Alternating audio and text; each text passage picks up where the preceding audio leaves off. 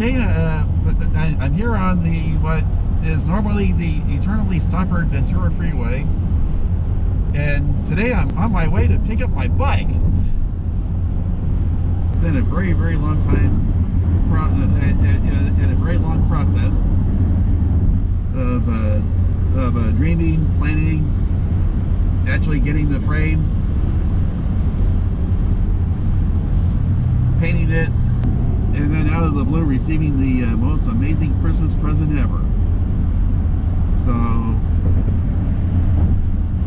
we'll meet you back out at the shop. 0. All engine running. We have a liftoff.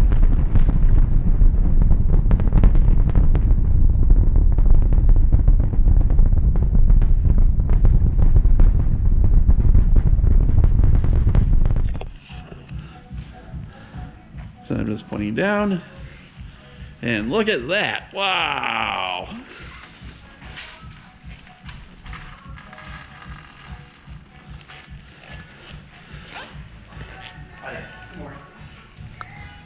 My new bike. Damn. That is something else.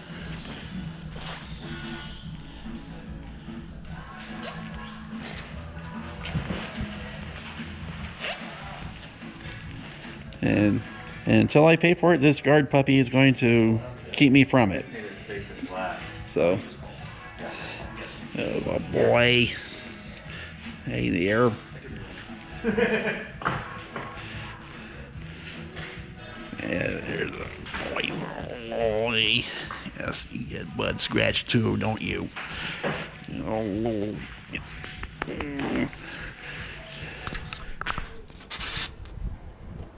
Well, here it is. The Winspace T1300 class of 78 with mechanical Campy Super Record.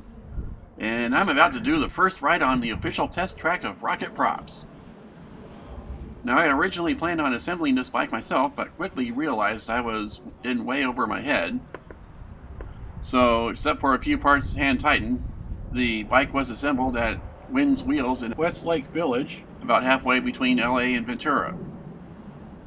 And it's now here in North Hollywood, about to go out on the test track that I've dubbed the NoHo Ring. So the track itself is 260 meters around, depending on how short a shortcut I take maneuvering between cars. And it features a number of parking bumpers and a pair of speed bumps to keep me from going too fast, or else I'll bump my head on one of the many mail trucks that show up at random intervals. So now, let's cue some music and editing wizardry.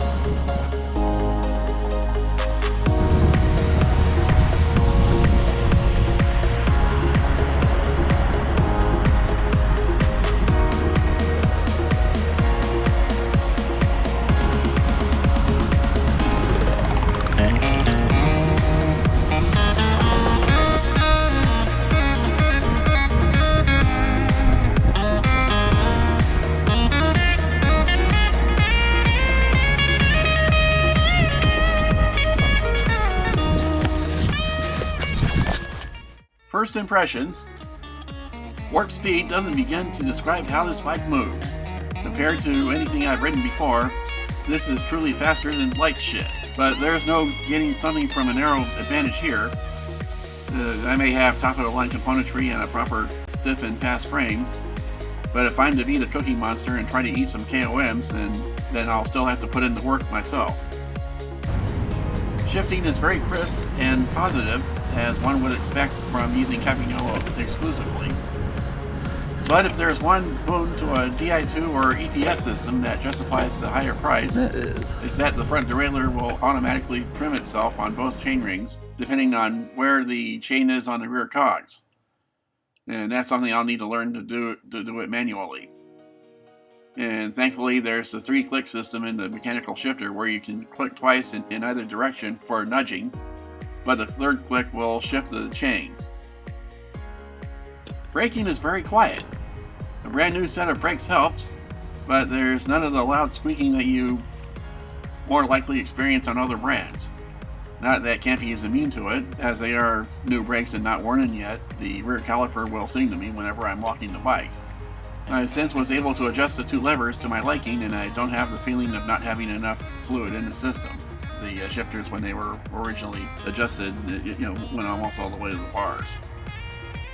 Now the Winspace Zero handlebars perform flawlessly and are exactly what they appear to be. Insanely stiff like the boner I've had since I started riding this. I did receive a couple stacks of the proper aluminum steer spacers, and I plan to replace them in time, but for now the homemade spacer I'm using is working pretty well. The wheels are also flawlessly awesome, though at times when there are crosswinds I definitely feel their effect on the ribs. Tires are probably slower than I would like, and no doubt heavier, but I bought what I did for their endurance over time and not for sheer speed or lightness. And as far as the crankset, I've always used a 52 or 53 to 42 chain set, though the old high school bike had a 41 ring. The top gearing of 5011 is comparable to my old 5330, though a few gear inches more. Low gearing, however, is greatly enhanced with a low of 3434, which will literally let me float up the hill. And hopefully walking up them will be reduced. Yeah, my favorite part is the rear derailleur, and it's a thing of beauty indeed. Even if it's a bit uglier than the previous 11-speed version with none of the polished carbon weave detail. I finally understand the Embrace 3D feature of wrapping the derailleur around more teeth in the smallest gears, and quite frankly, that's great. But I think they kind of missed something, and they really could have called it spooning 3D. And finally, the saddle. And yeah, I agree it doesn't look all that great on this bike. And I plan on replacing this with something more my size and more black, so no crapping on it in the comments, okay? Okay. As for the weight, I had this weighed at the bike shop, and it tips the scales at 17.8 pounds, or 8.07 kilograms. Okay, so it's hardly the lightest bike out there, and there's a few places weight could be saved. But quite honestly, I wasn't trying to build a super light bike, just a Chinese-Italian super bike. So that's all for now. While I go right off into the sunset, I hope to film some rides when there's time and good weather, so until then, as I say on the frame, the road adventure is just beginning.